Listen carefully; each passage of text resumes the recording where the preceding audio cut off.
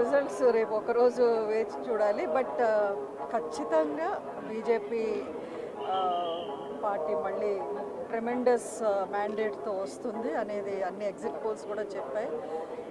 So దాంట్లో డౌటే లేదు. BJP is going to come back to power. Modi గారు మళ్ళీ పిఎం అవుతారు. మోదీ 3.0 మళ్ళీ చూస్తుంది.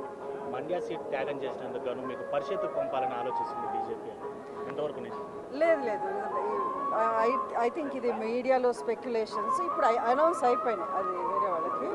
నాకు అంటే నేను ప్రస్తుతానికి స్టేట్ పాలిటిక్స్ వైపు అసలు చూడటం లేదు. సో ఐ థింక్ అది అంత ఎక్కడో కొంచెం రూమర్స్ అంతే. చూద్దాం ముందు వాట్ ఎవర్ ద పార్టీ. మీరే చెప్పాలి, నాకు తెలియదు కదా.